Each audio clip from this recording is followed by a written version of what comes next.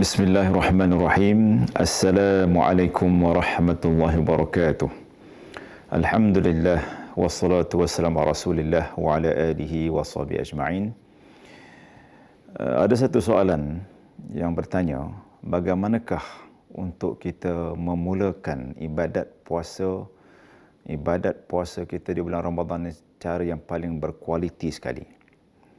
Soalan ini cukup baik untuk sama-sama kita bincangkan kerana kita masih lagi berada pada awal Ramadan, dan ini sebenarnya saya rumuskan jawapannya kepada 5 jawapan, kepada 5 tips yang boleh sama-sama kita renungi.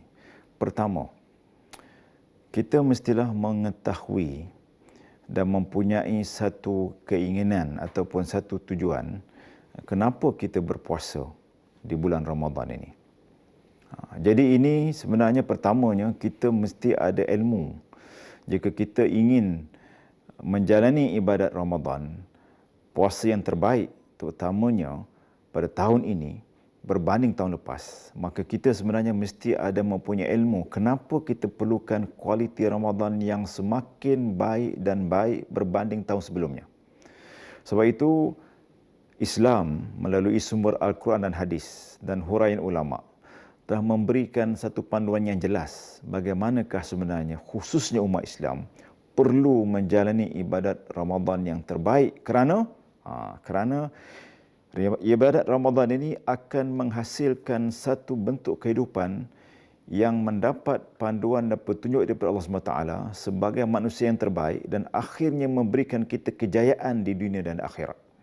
Ini di antara ilmu yang mesti kita ada. Sebab itu tip yang kedua, kita kena beriman.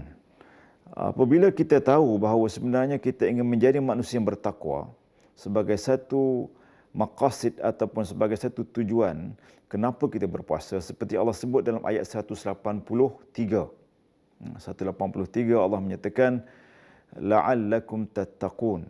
Sesungguhnya orang yang beriman ini kutiba alaikumusiyam, bila diwajibkan ke atas kamu berpuasa ini seperti mana diwajibkan umat terdahulu sebelum kamu, terutama sebelum umat Nabi Muhammad SAW, tujuannya adalah untuk kita menjadi golongan yang bertakwa.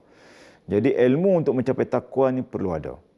Sebab itu yang kedua, apabila kita mempunyai ilmu, maka kita mesti ada keyakinan, keimanan bahawa Allah SWT akan memberikan segala kehebatan, segala kesan besar apabila kita menjalani ibadat Ramadan ini. Kita perlu beriman. Kenapa kita mesti melaksanakan ibadat yang fardu, terutamanya solat yang fardu, dan kita mesti menahan diri apabila masuk aja Ramadan ini di siang hari, mulai terbit fajar hingga terbenam matahari. Kita perlu beriman bahawa dengan cara kita menahan makan minum di siang hari dan perkara yang membatalkan puasa, ini memerlukan kepada keimanan.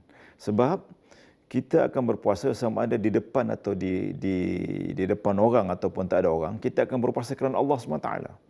Jadi ini akan memberikan kita kekuatan, memberikan kita kualiti, kerana tanpa ada sesiapa melihat makan minum, kita akan tetap jujur, ada integriti, dan kita tahu Allah SWT menilai dan malaikat akan mencatatkan setiap amalan kita bulan puasa ini. Jadi kita akan menjadi seorang yang sentiasa diperhatikan.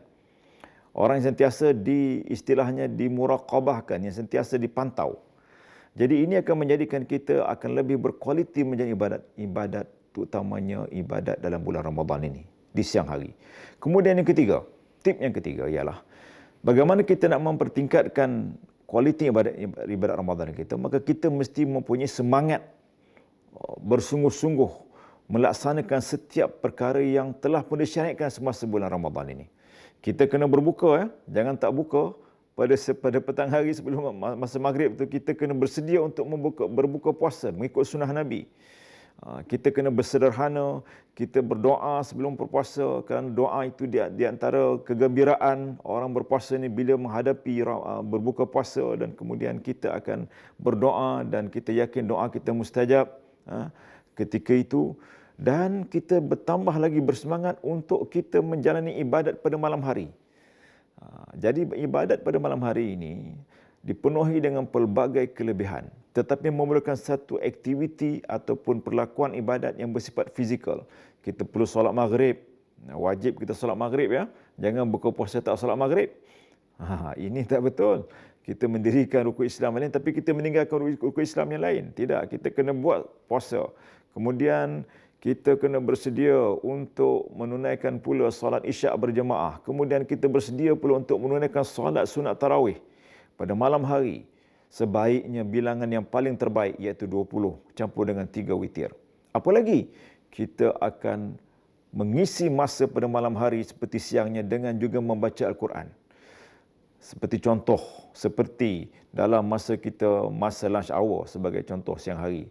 Kita akan berada di surau ataupun masjid untuk kita mendengar mungkin ada pengisian, tazkirah, ilmu. Kemudian kita membaca Al-Quran, menunggu waktu salat. Kemudian kita dirikan salat sunat, qabliyah, ba'diyah. Kemudian bila malam hari pula kita begitu juga antara maghrib dan isyak, sepatutnya kita dah mempersiapkan diri untuk menghadapi mendirikan solat isyak. Dan ini semua di antara perkara yang kita isi dengan setiap saat itu dengan perkara-perkara baik. Kita tidak akan melakukan dosa. Terutamanya percakapan yang boleh menggambarkan kita bukan orang yang berpuasa, orang yang tidak berpuasa. Artinya cakapan kita ni percakapan yang baik, kesabaran kita tinggi di siang hari, termasuk juga di malam hari. Allah tidak benarkan hubungan suami isteri di siang hari, kita bersabar, kita menahan, tetapi dihalalkan pada malam hari.